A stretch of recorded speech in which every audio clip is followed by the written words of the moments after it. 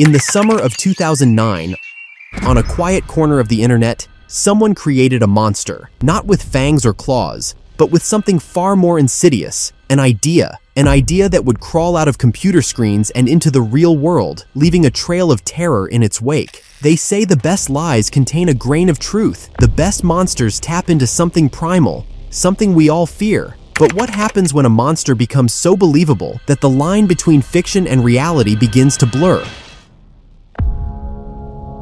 This is the story of Slender Man, the first great myth of the digital age, a tale that begins with a simple forum post and ends with attempted murder.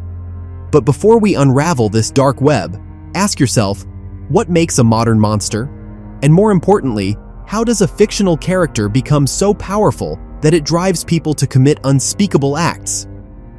To understand the phenomenon of Slender Man, we need to travel back to June 8, 2009.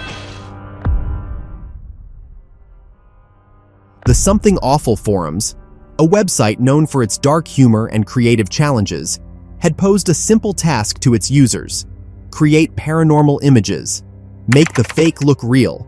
Enter Victor Surge, real name Eric Knudsen. His submission seemed simple enough: 2 black and white photographs, manipulated to show something haunting in the background. A tall, impossibly thin figure with blank white skin where a face should be, wearing a black suit that seemed to absorb the light around it. But it was the words accompanying these images that would spark a cultural wildfire. Under one photo, he wrote, "We didn't want to go. We didn't want to kill them, but its persistent silence and outstretched arms horrified and comforted us at the same time." The second image came with an even more disturbing caption: one of 2 recovered photographs from the Sterling City Library blaze, notable for being taken the day which 14 children vanished, and for what is referred to as the Slender Man. Knudsen had done something remarkable. He hadn't just created a monster. He had created a mystery, a story that felt real, that tapped into our deepest fears about lost children, mysterious disappearances, and the things that lurk just at the edge of our vision. Within hours, other forum users began adding their own pieces to the puzzle: stories of disappeared children, doctored photographs from different eras, historical documents linking the creature to everything from ancient cave paintings to World War II. What made Slender Man different from other creepypasta, the term for horror stories shared online, was its collaborative nature. It wasn't just one person's nightmare. It was everyone's nightmare, shaped by thousands of hands, each adding their own fears to the mix. The community's creativity knew no bounds. One user crafted elaborate Germanic folklore, claiming Slender Man had appeared in medieval woodcuts as Der Grossmann, a tall, thin figure who stole misbehaving children. Another connected him to ancient Egyptian hieroglyphs. These fabricated histories gave the myth depth and authenticity, making it feel as though Slender Man had always existed, waiting in the shadows of human consciousness. They gave him abilities, the power to teleport, to drive people mad with his mere presence, to extend tentacle-like appendages from his back. But more importantly, they gave him purpose, or rather, they gave him a lack of purpose. His motivations remained unknowable, his actions inexplicable. Like the best horror monsters, he defied explanation. But the forum was just the beginning. As the myth spread across the internet, it began to evolve. In June 2009, just weeks after the original post, 3 college students, Troy Wagner, Joseph Delage, and Tim Sutton, would take the myth in a terrifying new direction. Their YouTube series, Marble Hornets, presented itself as found footage from an abandoned student film. Through grainy footage and cryptic messages, they told the story of a film student's encounter with something they called the Operator, their version of Slender Man. The series began with a simple premise. A film student named Jay receives a box of tapes from his friend Alex, who had been working on a student film called Marble Hornets, before suddenly abandoning the project. As Jay reviews the footage, he discovers disturbing images and unexplainable events. Strange symbols appear in the background. Audio distorts when the operator is near.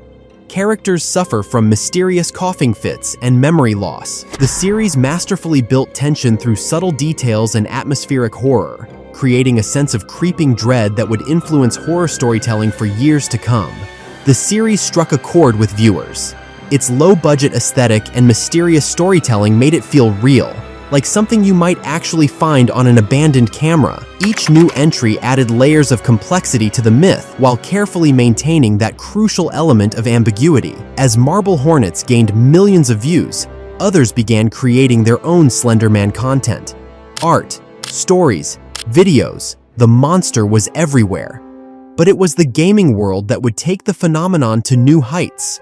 In 2012, Mark Hadley released Slender the 8 Pages. The premise was simple. You're alone in a forest at night, armed only with a flashlight. Your goal is to collect 8 pages while avoiding Slender Man. Look at him too long, and it's game over. The game's mechanics were brilliantly designed to maximize terror. As players collected more pages, the fog would thicken, and Slender Man would appear more frequently. The sound design was particularly effective. A pulsing bass tone would grow louder as he approached, while static would fill the screen when he was near. But perhaps most terrifying was the game's use of anticipation. Players never knew when or where he would appear, creating a constant state of paranoid vigilance that perfectly captured the essence of the Slender Man myth. The game's simplicity was its genius. It tapped into our most primal fears: darkness, pursuit, the unknown. Players weren't just reading about Slender Man anymore, they were running from him. The game was downloaded over 2 million times in its first month. But as Slender Man's popularity grew, something darker was brewing. The line between fiction and reality was beginning to blur for some fans. Online forums filled with supposed real sightings. People claimed to have encountered him in their daily lives. The myth was becoming belief. Then came May 31st, 2014. The day fiction turned to tragedy. In Waukesha, Wisconsin, 2 12-year-old girls, Morgan Geyser and Anissa Wire, led their friend Peyton Leutner into the woods. What happened next would shock the nation and force us to confront the dark side of internet mythology. They stabbed her 19 times, leaving her for dead. Their reason? To become proxies of Slender Man. They believed if they killed for him, he would protect their families and take them to live in his mansion in the Nicolet National Forest. The victim, miraculously, survived, crawling to a nearby road where a cyclist found her. But the question remained: how had this happened? How had a clearly fictional character inspired such real violence? The trial would reveal a perfect storm of factors. Morgan Geyser was diagnosed with early-onset schizophrenia, a condition that had gone unnoticed until the tragic events brought it to light. During psychiatric evaluation, she spoke of seeing Slender Man in her room at night, of receiving messages from him through the television, and of believing he could read her thoughts. She also claimed to communicate with other fictional characters, from Harry Potter's Voldemort to the Teenage Mutant Ninja Turtles, highlighting the severity of her condition. Both girls had become obsessed with the Slender Man mythology, spending countless hours reading stories on the Creepypasta wiki. They drew pictures of him, wrote stories about him, and created elaborate plans to prove his existence. Their young minds, unable to fully separate fact from fiction, had fallen into a shared delusion, a phenomenon psychiatrists call folie à deux, where a psychotic delusion is transmitted from one person to another. But this wasn't an isolated incident. In Ohio, a 13-year-old girl attacked her mother with a knife, wearing a white mask. She too claimed to be acting on Slender Man's behalf. The monster had jumped from screens into the real world with tragic consequences. The media response was swift and severe. Parents were terrified. Schools blocked access to horror websites. The creator of Slender Man, Eric Knudsen, was forced to make a public statement expressing his condolences and horror at what his creation had inspired. But perhaps we were asking the wrong questions.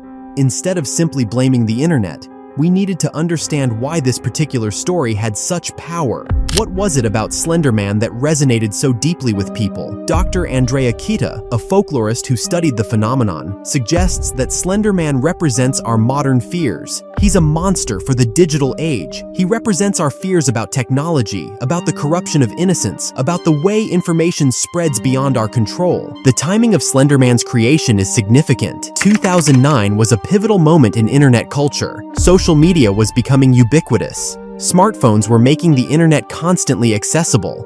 The boundary between our online and offline lives was beginning to blur. Into this landscape stepped a monster that seemed to exist in both worlds, digital in origin, but supposedly lurking in very real forests and playgrounds. Psychologists and cultural theorists have pointed out other aspects of Slender Man that tap into distinctly modern anxieties. His suit, for instance, recalls faceless corporate power structures. His habit of stalking and surveillance mirrors our fears about privacy in the digital age. Even his ability to distort electronics, a common theme in Slender Man stories, speaks to our ambivalent relationship with technology. Think about it, a faceless man in a suit, watching from a distance.